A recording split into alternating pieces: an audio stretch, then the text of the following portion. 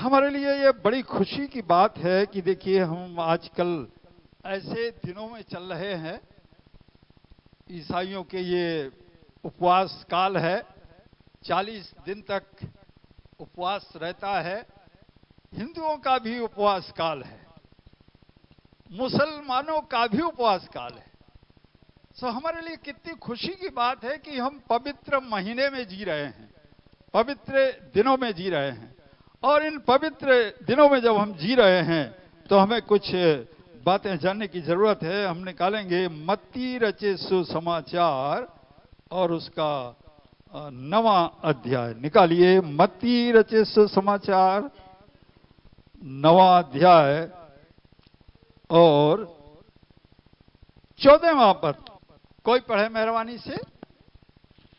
तब यूहन्ना के चेलों ने उसके पास आकर कहा। तब यूहन्ना के चेलों ने उसके पास आकर कहा, प्रभु यीशु मसीह के पास आकर के कहा, क्या कारण है कि हम और फरीसी इतना उपवास करते हैं, हम सब लोग उपवास करते हैं, पर तेरे चेले उपवास नहीं करते। पर तेरे चेले उपवास नहीं करते। हम सब उपवास करते हैं, हम जितने यहूदी लोग हैं सब करते हैं, शास्त्री, फरीसी, सदूकी सभी उपवास करते हैं, पर तेरे चेले विचित्र हैं, ये उपवास ही नहीं करते हैं। फिर देखिए प्रभु यीशु मसीह ने क्या कहा।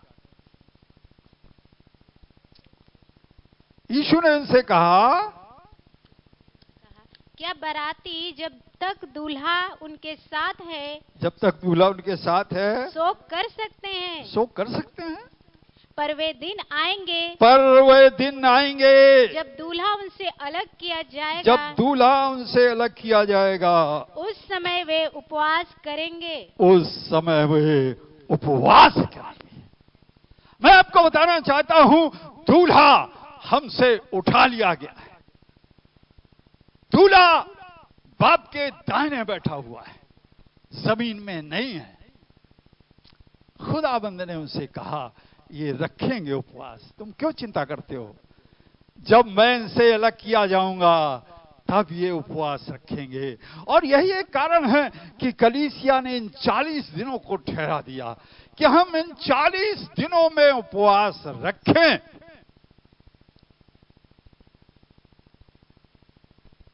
कम से कम साल में एक बार कुछ तो करें। हमारा जीवन ऐसा है, सुबह से शाम तक, रात तक हम इतना बिजी रहते हैं। अब तो और झंझट आ गई है। इस जमाने में मोबाइल भाई ने एक काम सौंप दिया है, बहुत सारे लोग मोबाइल के काम में लगे रहते हैं।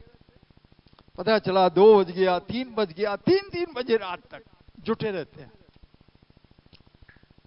सब प्रभु ने कहा मेरे चेले उपवास रखेंगे, इसलिए इन 40 दिनों में हमारे लिए जरूरी है कि हम उपवास रखें।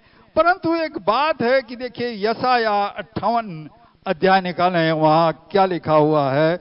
यशाया 58 और उसके 3 पद को पढ़िए, देखिए क्या लिखा हुआ है। वे कहते हैं, क्या कारण है कि हमने तो उपवास रखा, परंतु तूने उसकी सुधि नहीं ली। परंतु तूने कुछ भी उत्तर नहीं दिया। हमने दुख उठाया, परंतु तूने कुछ ध्यान नहीं दिया। हे परमेश्वर, हम उपवास तो रखते हैं परंतु तू सुनता ही नहीं।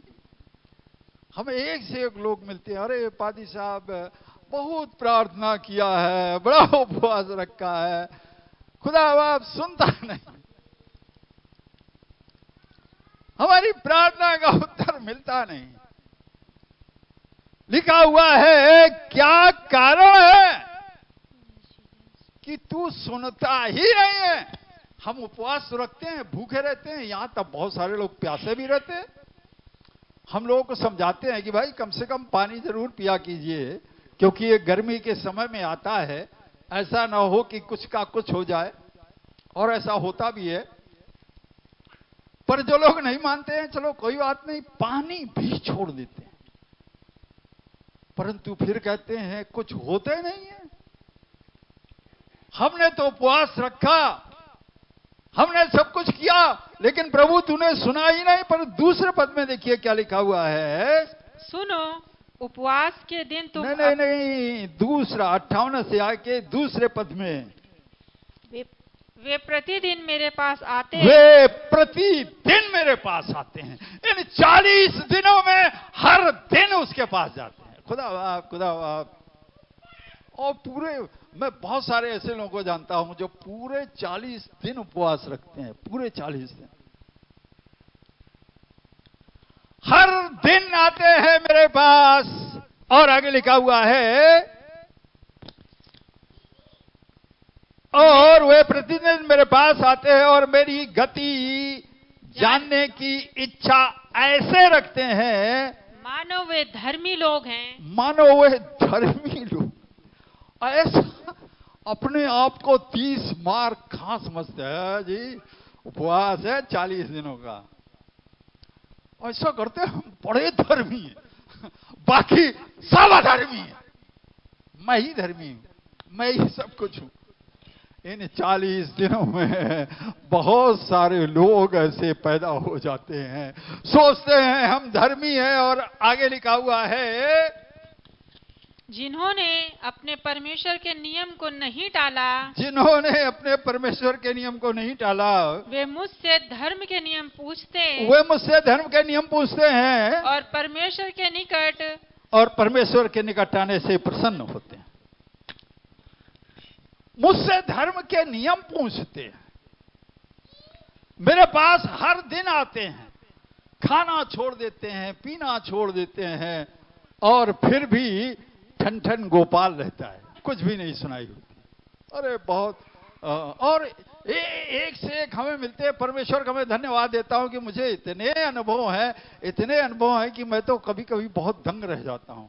पता चला सारी जिंदगी बीत गई, बुढ़े हो गए, और अब भी कह रहे हैं पादी साहब क्या करें, हमने बहुत उपवास रखा है, बहुत प्रार्थना की है, बहुत बाइबल पढ़ा है, कुछ होते नहीं है, सुनते नहीं। भाई साहब क्या करें, क्या मोमबत्ती जलाया करें क्या? मैं आपको बताना चाहता हूं, आज सुबह जानने की जरूरत है कि हमारा उपवास ग्रहण क्यों नहीं हो रहा, क्या चक्कर है। करते हम जरूर हैं। मैं कुछ ऐसे लोगों को जानता हूं, 1 साल भी वैन नहीं जाता है, 1 साल भी खाली नहीं जाता है, पूरे 40 दिन उपवास रखते हैं और हर दिन मीटिंग में भी जाते हैं। हम ऐसे शहर से हैं, कानपुर शहर में बड़ा क्रेज है इन लेंट के टाइम का। एक एक घर में कई कई मीटिंग्स होती हैं, कई कई मिशन के लोग जाते हैं उनके घरों में, एक एक घर में कम से कम 4-4, 5-5 मीटिंग्स हो जाती हैं। कुछ अकड़ू लोग भी हैं, जी हम तो सिर्फ अपने चर्च की रखेंगे। तो ऐसे वाले भाई के पास एक ही बार प्रभु का वचन जाता है, पर धन्य है वो लोग कि सबके लिए दरवाजे खुला रखते हैं। तो एक एक घर में 4-4, 5 बार मीटिंग होती है और पूरा शहर, हमारा कानपुर शहर प्रार्थनाओं से भर जाता है। तो इन प्रार्थनाओं में मिला कुछ नहीं, क्या चक्कर है। अगर हमारे साथ आशीषें नहीं आ रही हैं, हमारे साथ काम नहीं हो रहा है, तो हमें कुछ जानने की जरूरत है, हमें कुछ समझने की जरूरत है। अगर हम जान रहे हैं, हम पहचान नहीं रहे हैं, हम समझ नहीं रहे हैं, हम एक ढर्रा बना लिया है, अरे भैया 40 दिन उपवास रखना है बस। और अगर हम ऐसा उपवास रखते हुए हैं तो निश्चय जानिए कोई भी फायदा होने वाला नहीं है। अच्छा होता 40 दिन आप खाते, कम से कम कोई बीमारी तो ना आती। आप खाना नहीं खाएंगे, बीमारी लगेगी, क्योंकि प्रभु सुनता है ही नहीं है। जो 40 दिन उपवास रखते हैं और खुदा बाप जिनकी सुनता है, वो पूरी तरह निरोग रहते हैं, कोई बीमारी नहीं होती। लेकिन जो 40 दिन उपवास रखते हैं, खुदा सुनता नहीं है, तो निश्चय जानिए किसी झंझट में फंस जाएंगे। चौथे पद में ऐसा लिखा हुआ है, चौथे पद में देखिए, लिखिए क्या लिखा हुआ। चौथा पद इसी 58 के चौथे पद के दूसरे भाग को पढ़ते हैं। देखिए क्या लिखा है। जैसा उपवास तुम आजकल रखते हो उससे तुम्हारी प्रार्थना ऊपर नहीं सुनाई देती। जैसा उपवास तुम आजकल रखते हो, in these days you are doing fast. खुदा बाप कहता है यू आर रॉन्ग, तुम गलत हो। उपवास वाले भी दिन हाथ पैर शुरू हो जाते हैं और कभी कभी तो ढिसुम ढिसुम भी कर लेते हैं। और क्या साहब उपवास है क्या? इसीलिए उपवास है। और आप कहते हैं हमारी सुनी नहीं जा रही है। आप कहते हैं हमने बहुत उपवास किया है, आप कहते हैं हमने बहुत प्रार्थनाएं की है, खुदा बाप सुनता नहीं है। इसका मतलब खुदा बाप गड़बड़ है, मैं तो सही हूं। प्रभु कहता है जैसा उपवास तुम रखते हो इससे प्रार्थनाओं का उत्तर मिलने वाला नहीं। लेकिन today I want to tell you I have one great news, good news. What is good news? Good news is the Lord Jesus Christ, Lord Jesus of Nazareth. क्या आप उसके पास जाते हैं? क्या आपने प्रभु यीशु मसीह पर भरोसा रखा हुआ है? मैं आपको बताना चाहता हूं Jesus Christ is the not God of Christian people. बहुत सारे लोग सोचते हैं अरे वो तो ईसाई धर्म का भगवान है। तो समझते रहो भैया, तुम्हें कुछ नहीं मिलने वाला। वो ईसाई धर्म का भगवान नहीं है। Jesus Christ is the plan of God most high for a human kind, not only for a human kind पर for a whole creation. Jesus Christ परमेश्वर की योजना है, संपूर्ण ब्रह्मांड के लिए आई हुई है 2025 साल पहले। और जो उस योजना में शामिल होता है उनकी प्रार्थनाओं का उत्तर मिलता है। भले ही इन 40 दिनों में वो 1 दिन रखें, 2 दिन रखें, 3 दिन रखें, लेकिन उनकी प्रार्थनाओं का उत्तर मिलेगा। कोई जरूरी नहीं है कि आप 40 दिन रखें, लेकिन जीसस को जाने। अगर आपके पास यीशु नहीं है तो आप ईसाई होने के बाद भी ठन ठन गोपाल। एक बार मैं एक परिवार में गया। हाँ फादर आप कौन सी लेंगे? मैं तो चक्कर में पड़ गया। मतलब बहुत बड़े आदमी थे। फादर चिंता मत कीजिए, आप बताइए जो ब्रांड कहेंगे वो मिलेगा आपको। अरे आप बताइए, आप बता नहीं रहे हैं। मैंने कहा भाई मैं ब्रांड वाला फादर नहीं हूं, मैं उसको हाथ भी नहीं लगाता हूं। ओह आप कैसे फादर हैं बताइए? हमारे फादर आते हैं वो तो पीते हैं, वो तो कहते हैं रेड वाइन लाओ, तो वो तो पीते हैं। हमने कहा भाई आपके फादर पीते होंगे, लेकिन खुदाबंद यीशु मसीह ने मुझे मना किया है और परमेश्वर के वचन में लिखा हुआ है याजक को यह सब पूरी तरह गुनाह है। मैंने कहा मैं वो वाला फादर हूं, और वो तो फिर एकदम ढक्कन हो गया। Sorry sorry sorry father, sorry father. आप कैसा जीवन जीते हैं? आपकी प्रार्थनाएं क्यों नहीं सुनी जाती हैं? क्राइस्ट आपके पास नहीं। चर्च के हम फादर हो गए, चर्च के हम पास्टर हो गए, लेकिन हमने किया सब उल्टा। हमारी सुने तो कहां से सुने? पुलपिट से उतरे, जब तक पुलपिट में है तब तक स्वर्गदूत, और जैसे ही पुलपिट छोड़ी वैसे ही शैतान के दूत बन जाते हैं। निश्चय ही प्रार्थनाओं का उत्तर मिलने वाला नहीं है, निश्चय ही हमें कुछ भी फल मिलने वाला नहीं है। हमें जानना है प्रभु यीशु मसीह हमारे पास है या नहीं।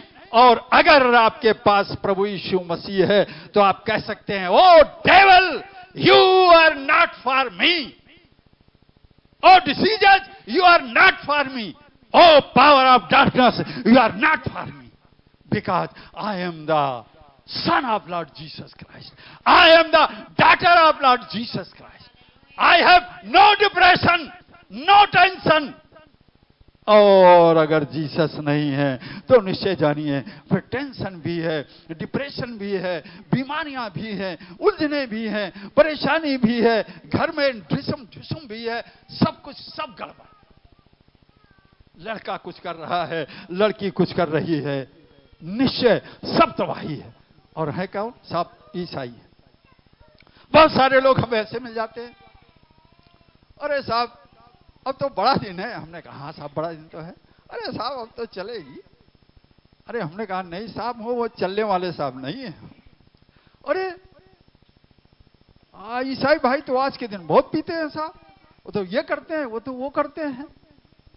और आप कहते हैं हमारी प्रार्थना सुनी जाए, कहां से सुनी जाएगी? आप एक मसीही जीवन से एक क्या समाचार दे रहे हैं? कह रहे हैं कि भाई बड़ा दिन है, हम तो जम के पीते हैं, हम तो ये करते हैं, हम तो वो करते हैं। क्या आप क्राइस्ट को रिप्रेजेंट कर रहे हैं? अगर आप क्राइस्ट को रिप्रेजेंट नहीं कर रहे तो मैं आपको बताना चाहता हूं कि कोई भी उपवास आपका ग्रहण योग्य नहीं होगा। जिन कलीसियाओं में कहा जाता है कि भाई 40 दिन रहना है आपको उपवास, अच्छी बात है, कोई बुराई नहीं है, जो रख सकते हैं रखे। लेकिन हमने अपनी कलीसिया को सिखाया है आपको 40 दिन उपवास रखने की कोई जरूरत नहीं है। आप जितना उपवास रख सकते हैं उतना रहिए, लेकिन याद रखिए क्राइस्ट से अलग होकर कुछ मत कीजिए। प्रभु यीशु मसीह की आज्ञाओं का पालन कीजिए, प्रभु यीशु मसीह को लेकर के चलिए। और जब आप प्रभु यीशु मसीह को लेकर के चलते हैं तो निश्चय जानिए सब कुछ आपके लिए सुधर जाता है, शांति आती है, आनंद आता है, जीवन आता है, मेल मिलाप आता है, खुशी आती है, भरपूरी आती है। हमें ऐसे लोग भी मिल जाते हैं, अरे साहब क्या बताएं पादी साहब, वो मेरे लड़के को तो 1.5 लाख रुपए हर महीने मिलता है, मेरी मैडम को 2 लाख रुपए मिलता है और मुझे 5 लाख रुपए मिलता है। पर समझ में नहीं आता पादी साहब, कुछ बचता ही नहीं है। कुछ नहीं बचेगा भाई, किस लिए ईसाई बने हो? मैं तो कहता हूं जाओ दूसरे धर्म में चले जाओ, अपनी लाइफ को बदलो। 10,000 रुपए भी 10 लाख के बराबर होगा। आप भरोसा करके तो देखिए, खुदाबंद यीशु मसीह पर जो भरोसा करते हैं उनके पास कोई कमी नहीं होती है। आप ताज्जुब करेंगे, अद्भुत तरीके से धन आ जाएगा। मेरे पास सच्ची घटनाएं 50 है। एक पादरी साहब थे, उनको जरूरत थी पैसे की और वो परेशान हो गए बेचारे, कहीं इनके पास जा रहे हैं कि उनके पास जा रहे हैं, कि उनके पास जा रहे हैं, कि इनके पास जा रहे हैं, किसी ने पैसा नहीं दिया। और मालूम है कैसे लोग, अरे पादरी साहब कल अगर आप आ गए होते हम कल दे दिया होता, कल हमने फलाने को दे दिया, और किसी को 1 रुपया भी नहीं दिया। अरे क्या बताएं, पता चला पादरी साहब को होश आया, उसने कहा अरे अजीब पागल आदमी हूं मैं, दूसरे को शिक्षा देता घूमता हूं और मैं ही खुद उल्टा हूं। घुटनों पर आ गया, O forgive us Lord Jesus, I am very sorry, I am wrong, totally wrong. प्रभु मुझे तो तेरे पास आना चाहिए था। और मैं आपको बता रहा हूं वो पादरी साहब घुटने में आकर के पश्चाताप किया, रोए, गिड़गिड़ाए, और गिड़गिड़ाने के बाद सवेरे देखा तकिए के किनारे में एक चेक रखा हुआ है। अब आप देखिए घर के भीतर कौन आएगा भाई? दुनियावी आदमी के समझ से यह बिल्कुल परे है, नहीं समझ में आएगा। और परमेश्वर के काम ऐसे ही होते हैं जिन्हें मनुष्य समझ नहीं सकता। घर बंद है, चेक रखा हुआ है, और सबसे बड़ी बात ब्लैंक चेक। आप चाहे उसमें 10 लाख भरिए, चाहे 20 लाख भरिए, चाहे 50 लाख भरिए। उन्होंने देखा ये चेक रखा हुआ है, खुदा आपके चरणों में आ गए, घुटने टेक दिया, धन्यवाद दिया, और जितनी जरूरत थी उन्होंने उसमें भरा, गए, चेक जमा किया, तुरंत पैसा मिल गया। तो प्रभु के जो लोग हैं, जो जरूरत होती है उसे वो तुरंत पूरा करता है। इसलिए इस बात को जानने की जरूरत है कि खुदाबंद यीशु मसीह मेरे पास है या नहीं है। खुदाबंद यीशु मसीह अगर नहीं तो ईसाई होने से भी कोई फायदा नहीं, ईसाई घर में जन्म लेने से भी कोई फायदा नहीं है। बेहतर है किसी शैतान के घर में जन्म ले लिया होता, क्योंकि जिंदगी शैतानी है। खुदा आपकी एक भी सुनने को तैयार नहीं है। इसलिए ये उपवास काल के दिन चिंतन के दिन है। कम से कम चिंतन करें आप। खुदा बाप, मैंने बहुत दिनों तक फास्टिंग किया, मैंने प्रेयर किया, मैंने बहुत दिनों तक बाइबल पढ़ी, बहुत कुछ किया। खुदा बाप, क्या है जो नहीं हो पा रहा है? क्यों ऐसा है? क्यों प्रभु मेरी प्रार्थना का उत्तर नहीं मिलता? और जब आप चिंतन करेंगे, निश्चय जानिए चिंतन में आपको कुछ मिलेगा। जब आप परमेश्वर के चरणों में बैठेंगे, घुटने टेकेंगे, समर्पित हो जाएंगे, पवित्र आत्मा को आप आह्वान करेंगे, प्रभु मुझ पर दया कर, मेरा मार्गदर्शन कर, मुझे बता। पवित्र आत्मा आपको बताएगा क्या करना है। अब आप देखिए, जब आप जीवन में चल रहे होते हैं, मैं आपको पितामह मूसा की ओर ले जाना चाहता हूं। मूसा के पास बहुत पावर था, बड़ी शक्ति थी, और खुदाबंद ने एक जगह कहा कि भाई ऐसा है कि अच्छा तेरे लोग प्यासे हैं, कोई बात नहीं, ये वाली चट्टान है ना, इससे जाकर के तू बातें कर। मूसा को सिर्फ इतना कहना था, ऐ चट्टान मेरे लोग प्यासे हैं, मुझे पानी चाहिए। बस वो चट्टान पानी देने लगती। लेकिन मूसा को तो ताव आ गया। क्यों ताव आ गया? जो इस्राएली भाई कुड़कुड़ा रहे थे, हम मरे जा रहे हैं प्यासे, पादरी साहब हम परेशान हैं, पादरी साहब हम आप ही को मारेंगे। पत्थर आकर मूसा को ताव आ गया, उसने उठाया डंडा और जाकर के चट्टान पर मार दिया। पाप के लेखे में चला गया। चट्टान को मारने का आदेश परमेश्वर ने नहीं दिया था, चट्टान से बात करने का आदेश दिया था। अब परमेश्वर को भी अपनी इज्जत रखनी थी, मूसा को भी शिक्षा देनी थी। मूसा ने चट्टान में लाठी मारी और पानी निकला नहीं। शायद वो एकदम डर गया होगा कि हे बाप, अब क्या होगा। उसने दोबारा लाठी मारी, और जैसे दोबारा लाठी मारी फौरन पानी निकलने लगा। लेकिन मुल्क के कनान जाने से मूसा को परमेश्वर ने रोक दिया। कहीं ऐसा तो नहीं है कि हम अपने जीवन में भी ऐसे ही अनजाने में भी कुछ गड़बड़ सड़बड़ करते रहते हैं, कुछ गलतियां करते हैं, कुछ ऐसे काम करते हैं जो परमेश्वर को प्रिय नहीं है, परमेश्वर नहीं चाहता है, और हम सब करते रहते हैं। इसलिए हमें इस बात को जानने की जरूरत है। और अगर हम इस बात को जान जाएंगे तो निश्चय जानिए एक आवाज आएगी और आप कहेंगे, I am the son of Lord Jesus Christ. I am the daughter of Lord Jesus Christ. I have all power. और आप कहेंगे, oh Satan, you have no power. Satan, you are failed on the cross. You are failure. आप डांटेंगे, आप उसको ऐसा दबटेंगे कि वो भी कांप जाएगा, वो भी डरने लग जाएगा, आपके दूर से भागेगा, आपको देख के ही डरेगा। तमाम ऐसी घटनाएं शायद आप भी देखते होंगे। ऐसे ही एक घटना मुझे याद आ गई, मैं वो भी बता दूं। हमारे कानपुर शहर की घटना है। एक ऐसा शैतान था कि एक परिवार से वो जा ही नहीं रहा था। और इत्तेफाक से उस रास्ते से एक पादरी साहब जा रहे थे और उस घर की जो लेडी थी उसने ऐसा तहलका मचाया कि सड़क में आ गई। और सड़क में थी तो वहां भाई सैकड़ों लोग इकट्ठा थे। ये पादरी साहब ने देखा कि कहीं डमरू वाला तो नहीं है, चलो मैं भी देखता हूं। वो भी पहुंचे, उन्होंने देखा कि यहाँ डमरू वाला तो है नहीं, लेकिन मामला दूसरा। लोगों से पूछा, लोगों ने बताया, अरे भैया इसमें ऐसा शैतान लगा हुआ है, ये जा ही नहीं रहा है। जब कोई जादू वाला आता है चुपचाप बैठा रहता है, और जब वो कुछ शुरू करता है तभी वो सब कुछ फैला देता है। सब परेशान हो गए। पाजी साहब ने कहा, अच्छा सब परेशान हो गए? लेकिन हाँ सब परेशान हो गए, कोई नहीं ठीक कर सका। तो उन्होंने कहा, अच्छा भाई अगर ऐसी बात है तो मैं देखता हूं।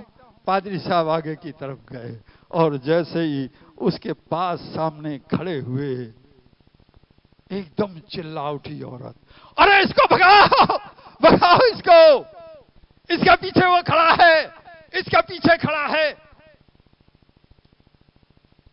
दुष्टात्मा को दिख रहा था मेरा प्रभु, इसको भगाओ यहां से।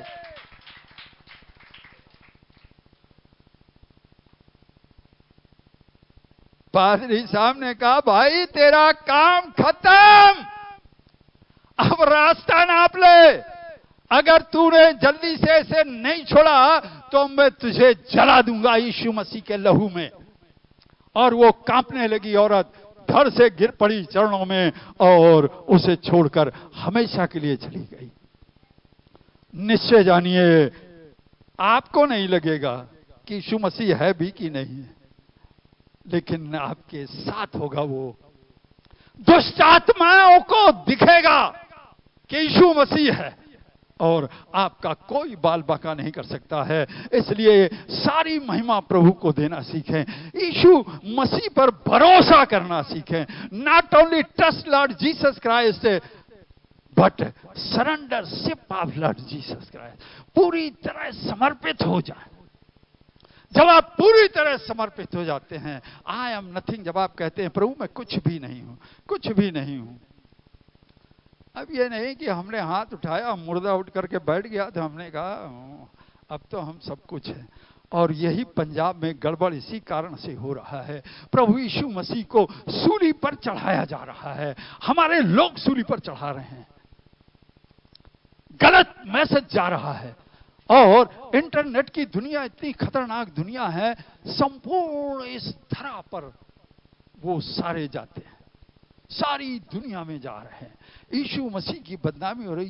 ये भैया पादरी साहब हैं, ये तो ऐसे हैं, वो तो कोई श्राप देने में लगा पड़ा है, फलाने यहोवा कहता है तू भस्म हो जाएगा। बड़ा दर्द होता है। इसलिए खुदाबंद यीशु मसीह को जानिए। मैं कह सकता हूं कि ये पादरी लोग यीशु मसीह को नहीं जानते हैं। इन पादरियों के पास ताकत बहुत आ गई, मुर्दे भी जी जाते हैं, लंगड़े भी चलते हैं, बहरे भी सुनते हैं, गूंगे भी बोलते हैं, सब कुछ हो रहा है। लोग सामर्थ्य से भरते भी हैं, सब कुछ हो रहा है। लेकिन ये पादरी लोग यीशु मसीह से दूर हैं, डंके की चोट से बक रहे हैं। अरे शर्म आनी चाहिए, वीडियो बना के डाल रहे हैं।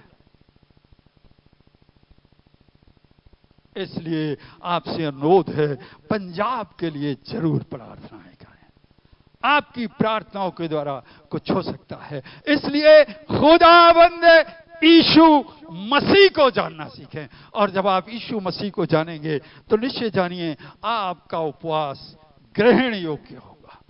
और हम परमेश्वर का धन्यवाद देते हैं, हमारी कलीसिया में जिस तरीके से प्रभु आशीषें देता है, हम कह सकते हैं कि प्रभु हमारी कलीसिया के लोगों के उपवास को ग्रहण करता है।